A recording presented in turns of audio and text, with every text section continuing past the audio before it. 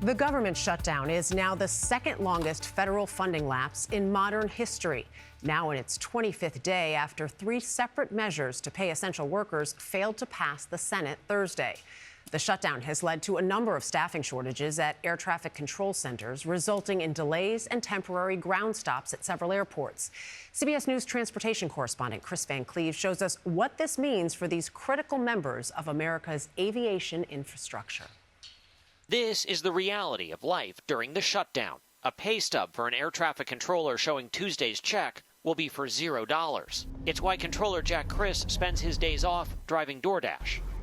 You're not getting a tip.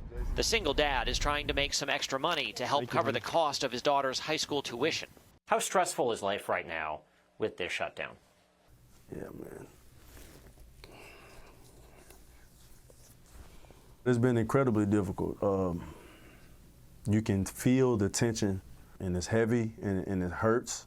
As the government shutdown rolls into its 25th day, Congress remains unable to make a deal. She tipped $2 this. Chris says he's tapped his retirement funds and taken out a high-interest short-term loan to make sure he has the cash to weather a long shutdown. Times is getting rough, people. Now it's not a good time to be flying at all. I'm hearing there are a lot of delays. So you might be flying to LA and you have a stop in Dallas or something, right? For what I'm hearing, some of them flights be 8 and 9 hour delays just to get to LA. That would normally take you like 5 or 6 hours depending on where you're flying from.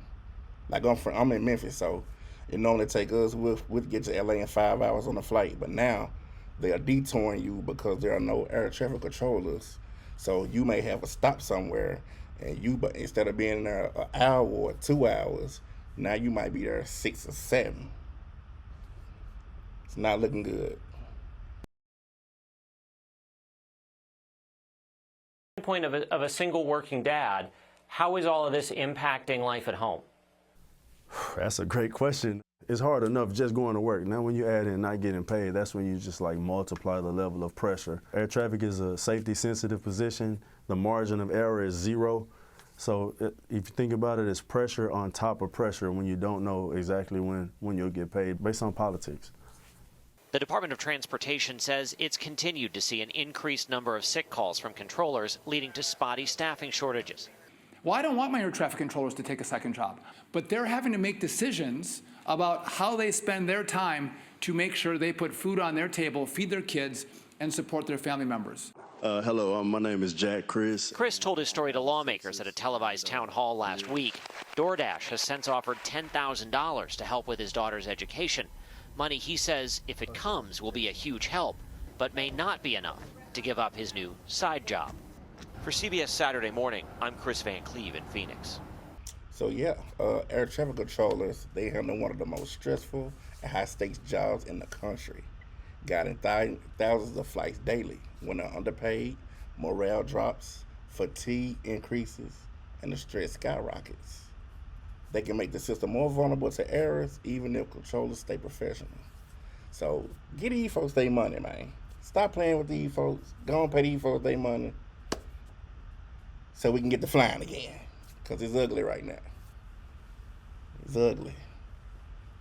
I heard somebody got stuck overseas and couldn't get back for a minute. Yeah, if you're traveling, man, just be real careful, you know what I'm saying? But let me know what y'all think about this topic, man. Get these folks their money on, so we can get back to having some fun, on. But anyway, man, it's your boy Streets Wanna Know TV, man.